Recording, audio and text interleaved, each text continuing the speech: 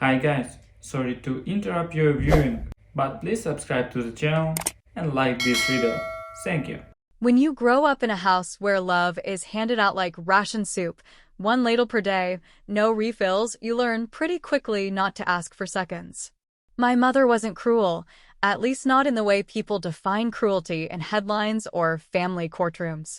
She fed me, clothed me, kept me in school, and bought me a decent laptop when mine died 2 weeks before senior finals. But her version of love came wrapped in suspicion, like every good thing I did was either luck or temporary. I used to think she just didn't believe in celebrating too early, but by the time I was 16, I realized something harsher. She just didn't believe in me. She didn't say it outright. That wasn't her style. Instead, it came through in the thousand tiny cracks between her words. Like the way she'd squint at my report cards, run her finger over the A- like it was a mistake, and say, I mean, this is good, but don't let it go to your head.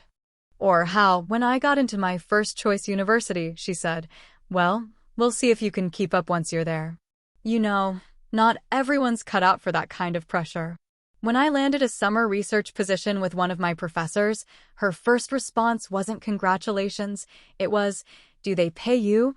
Or is this one of those free gigs that suck up your time? And maybe the worst of it wasn't even her doubt.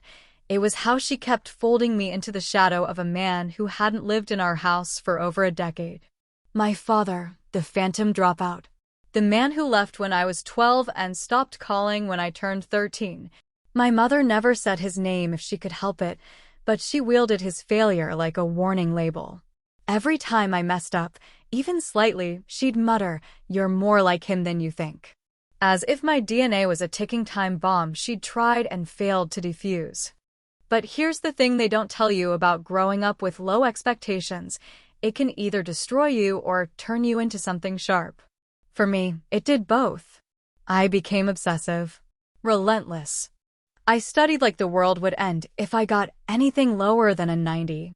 I filled journals with checklists and timelines, mapped out every semester 3 months in advance, double-checked deadlines like someone was grading my life on punctuality. But I didn't tell her about most of it. Not when I got into the honors program, not when my professors nominated me for departmental awards, and definitely not when I was accepted into 3 PhD programs before graduation.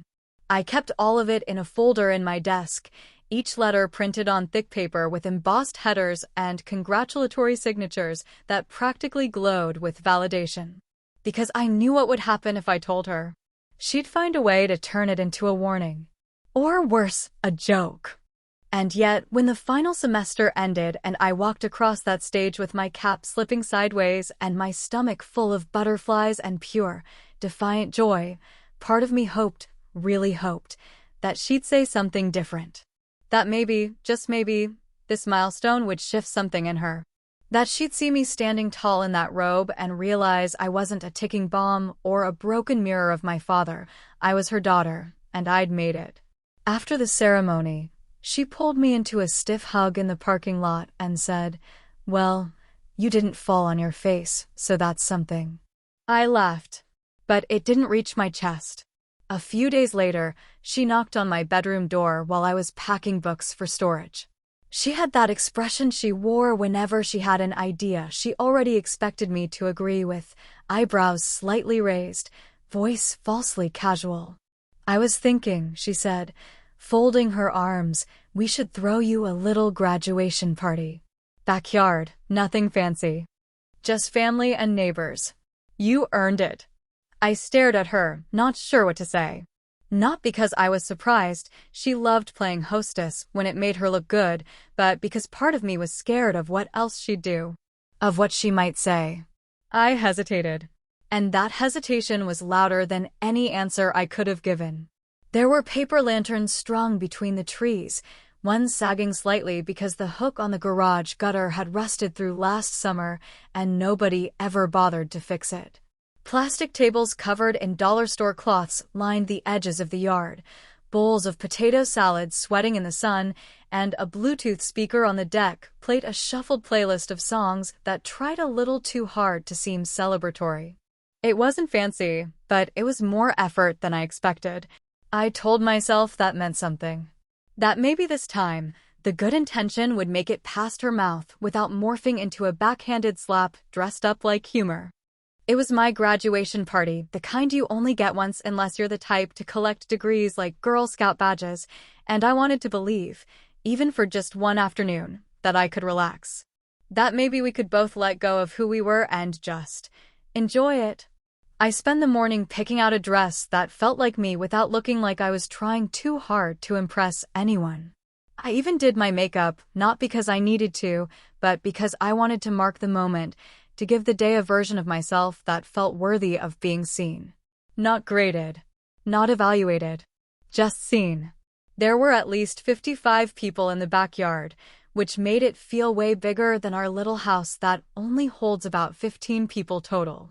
Relatives, neighbors, a few classmates, even a couple of professors who showed up out of nowhere like ghosts from the academic machine I was finally stepping out of. I smiled, shook hands, accepted congratulations, and even laughed a few times, like a normal person celebrating a milestone. For about an hour and a half, I almost convinced myself that it was going to be okay. Then she raised the glass. It was near the end of the afternoon, when the sun had softened just enough to make the shadows stretch across the lawn, and people had started wandering toward the dessert table for another slice of sheet cake. My mom stood up from her chair, clinking a spoon against her champagne flute in that way people do when they want a room's attention, but don't want to sound too desperate for it. Everyone turned. Everyone smiled.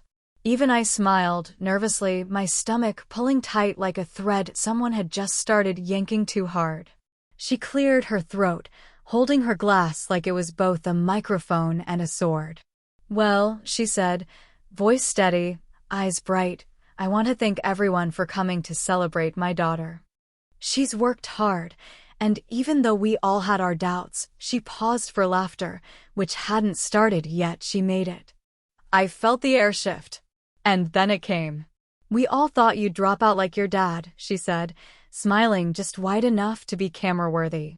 "But look at you, proving us wrong." The laughter was scattered at first. Nervous. Then someone snorted, then someone else chuckled, and within seconds, the sound of it rolled across the lawn like a slow-moving wave. I stood there, frozen, smiling too, but only because I couldn't feel my face. I couldn't feel anything. My hands were cold. My jaw locked. My pulse felt like it had shifted to the wrong side of my throat. She was still smiling. Still holding her glass. Like she'd just delivered a funny, harmless little toast and couldn't understand why I hadn't joined in. And maybe she didn't understand. Maybe that was the worst part, that she truly, honestly believed her comment was some light little roast between loved ones. Not a knife. Not a wound. Just a joke. Just her way of marking the moment. I looked around and realized that no one was coming to my defense. No one was saying, "Hey, that's not funny," or "that was uncalled for." Because to them, it probably was funny. A snarky comment from a mom who'd been tough but clearly proud, right? That's how they read it. That's how they chose to hear it. But I didn't. I heard the words she didn't say. I heard the years behind them, the whispered comparisons, the doubts, the constant echoes of "don't get ahead of yourself."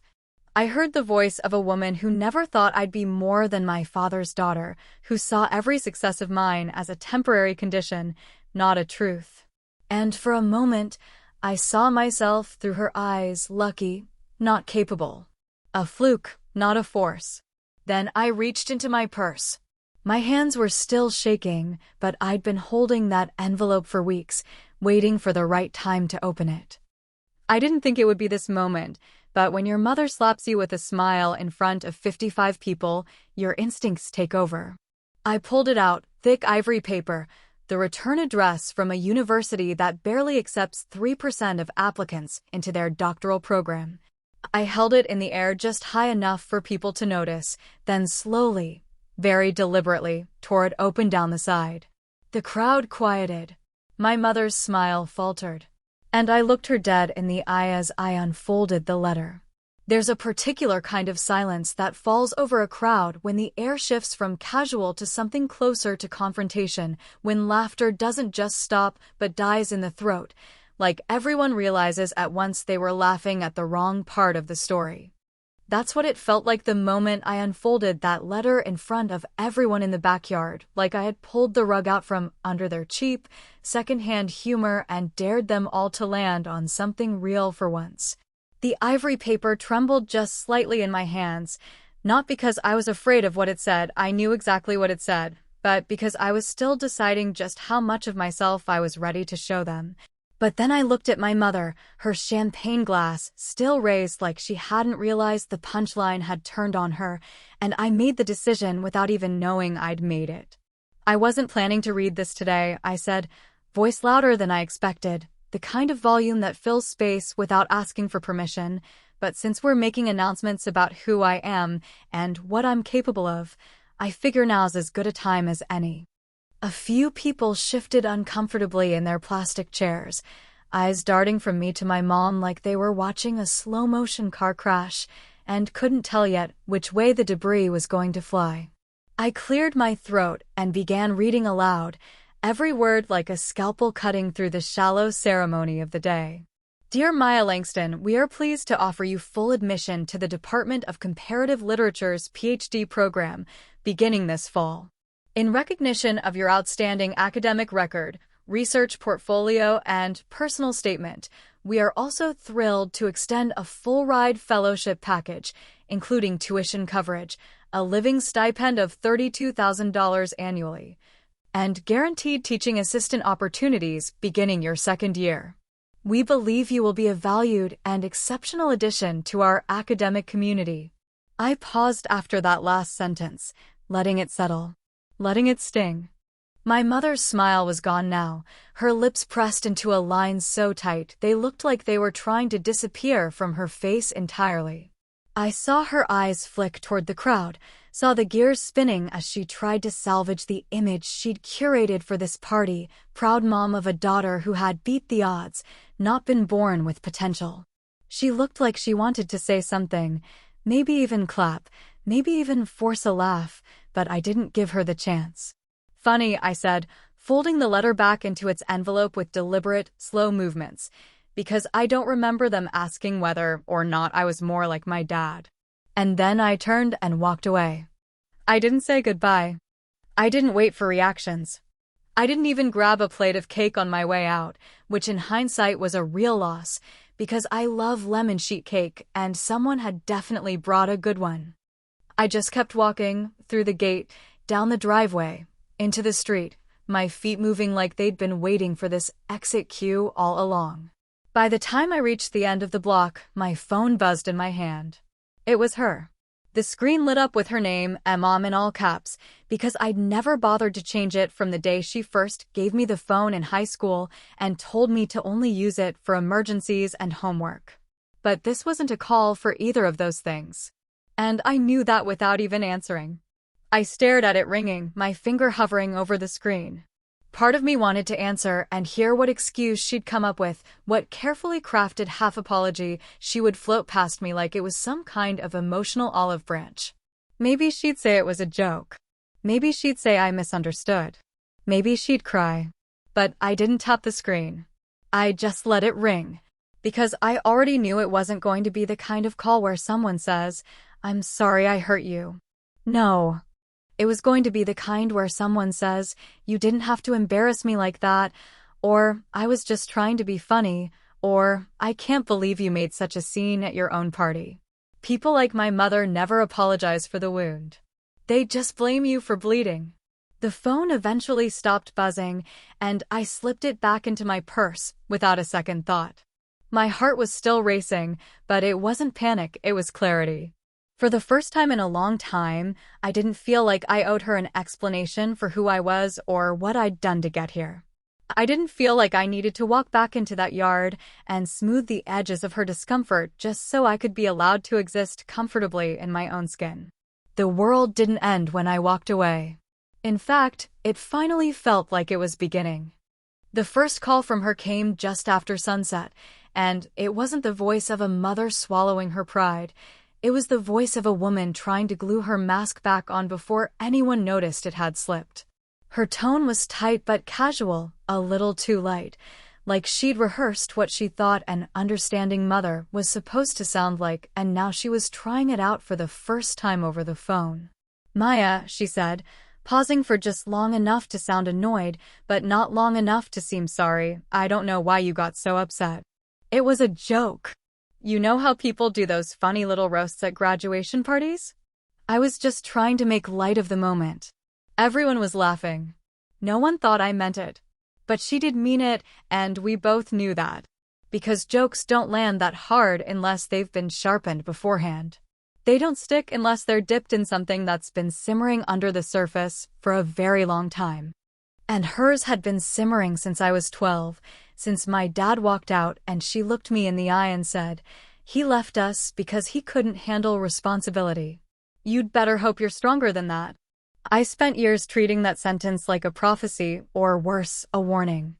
I shaped my entire personality around proving her wrong, and yet all it took was one sentence at a party to remind me how little she'd ever really believed I would make it. So when she said, I was just trying to make light, all I could do was sit there in my apartment, phone pressed to my cheek, staring at the wall like it might give me the words I couldn't find, and finally say, "That wasn't your moment to make light of. It was mine." She didn't respond right away, and when she finally did, her voice dropped into that bitter, wounded register she always slipped into when things didn't go her way. "You've been impossible to talk to for years," she said. "It's like everything I say offends you. Your father always twisted everything I said too, and now you do it, just like he did." And that was it, that sentence. The same ghost in every room, summoned yet again. My dad. I don't know what possessed me to do it, but after I hung up, I opened my laptop and searched for him. The last I'd heard, he'd moved to Arizona with someone new, some woman named Lydia who worked with him in tech sales or something like that. We hadn't spoken in a decade. I didn't know if he even wanted to hear from me, and I wasn't sure I wanted to hear from him either, but I'd spent so long hearing his story told only through my mother's mouth that I started to wonder what it sounded like in his. It took me about 20 minutes to find an email address and just enough nerve to write something that didn't sound like a therapy exercise or a demand. I said, "I graduated. I thought you should know. If you want to talk, I'm open to it." I didn't expect him to reply. He did, within 2 hours. 2 days later, I got on a plane and flew across 2 states to sit across from a man I hadn't seen since I was barely old enough to vote. He looked older, but not in a bad way, grayer around the temples, a little slower when he moved, but still very much himself, which was somehow both comforting and unsettling. We met at a quiet little diner on the edge of town where nobody knew our names and nobody cared what we were saying, which felt like the safest place in the world to have the kind of conversation that might crack your entire childhood open. He didn't waste time with pleasantries. "I figured this would happen one day," he said, sipping coffee from a chipped ceramic mug. "But I didn't think it'd take 10 years. I nodded, not sure how to explain that it had taken 10 years, because I wasn't ready to find out that everything I'd believed about him might be wrong, or worse, that it might be right. "I just need to know," I said, voice tight, heart pounding in my ears. "Why did you leave?" He looked down for a long moment, like he was sorting through a memory drawer he hadn't opened in years, and when he finally spoke, his voice was low and steady, without blame, but full of weight. "Because she gave me an ultimatum," he said. "She said if I didn't agree to raise you the way she wanted, she'd make sure you thought I was the problem. And she was serious. Maya, she wanted everything her way. Every rule, every decision. And I wasn't allowed to disagree. Not even a little. The last fight we had, she said I wasn't strong enough to be your father because I didn't treat you like a soldier. And I told her I wasn't going to turn you into someone afraid of her own mother." I packed my bag the next day. The words landed with a dull thud in my chest. I'd always pictured him walking out casually, duffel bag slung over one shoulder, never looking back. But that wasn't the story he told. And even if it wasn't the whole truth, because every story has at least 3 sides, it cracked something open in me. For the first time, I didn't see him as a coward. I saw a man who left to avoid becoming something worse. "Why didn't you ever tell me that?" I asked, barely above a whisper. "Because she told me if I tried," he said, "she'd make sure you never spoke to me again." And for a while, it worked. When I flew home the next day, I didn't call her. I didn't text. I didn't send her the photos from graduation that my friends had taken, even though I looked genuinely happy in a few of them for the first time in months. Because now I had a different picture in my head. Not of a girl proving her mom wrong, but of a daughter standing between 2 broken people and finally asking which one handed her the hammer. Coming home after a trip that splits your reality in 2 is a strange thing, like stepping back into a life that's still dressed in your clothes but doesn't quite fit anymore. The furniture is the same. The kitchen smells faintly of lemon cleaner and old coffee grounds, and the front door still squeaks just slightly when it opens, but you are different. Or maybe not different exactly, maybe just finally aware of how much of yourself you'd been squeezing into someone else's version of who you were supposed to be. The morning after I got back from visiting my dad, I stood in the driveway for a full 3 minutes before going inside, just staring at the chipped paint on the front porch and wondering how many conversations had been swallowed by the silence in that house. When I finally stepped through the door, she was sitting in the living room, her legs crossed at the ankle, reading a magazine she probably wasn't really reading. She didn't look up right away, but I could feel her sensing my presence like an animal feels an earthquake, tense, alert, pretending everything's still calm. When she finally met my eyes, her expression was carefully neutral, as if she was waiting to see which version of me had come home. "Did you have a nice trip?" she asked, like we were 2 coworkers passing each other at the water cooler and not a mother and daughter whose last conversation had ended in public humiliation and a 10-year secret detonating in my chest. I didn't answer her question. Instead, I put down my bag, walked to the edge of the living room rug, and stood there, just far enough away that she'd have to tilt her head to meet my gaze. I didn't sit. I didn't drop my keys. I didn't pretend this was going to be anything other than what it was, an exorcism of every unspoken thing that had been rotting between us since the day my dad left, and she decided to turn that into her power play. "I talked to Dad," I said, letting the words hang like smoke. She blinked, but didn't flinch. "Oh," she said, as if I'd mentioned running into an old high school friend. "How is he?" "He told me why he left," I said. "He told me everything." She put down the magazine then, slowly, carefully, folding it closed like it mattered. "I'm sure he did," she said, crossing her arms. "And I'm sure he made himself sound like the hero." I took a breath, not to calm down, but to steady the blade I was about to lay across the table. "He said you gave him a choice," I said, "and that staying would have meant watching you turn me into a version of yourself he couldn't stand. That you said he wasn't strong enough to raise me right. That you'd make sure I thought he was a coward if he left." Her mouth twitched, just barely. "And you believed him?" she asked, voice flat. "I didn't want to," I said.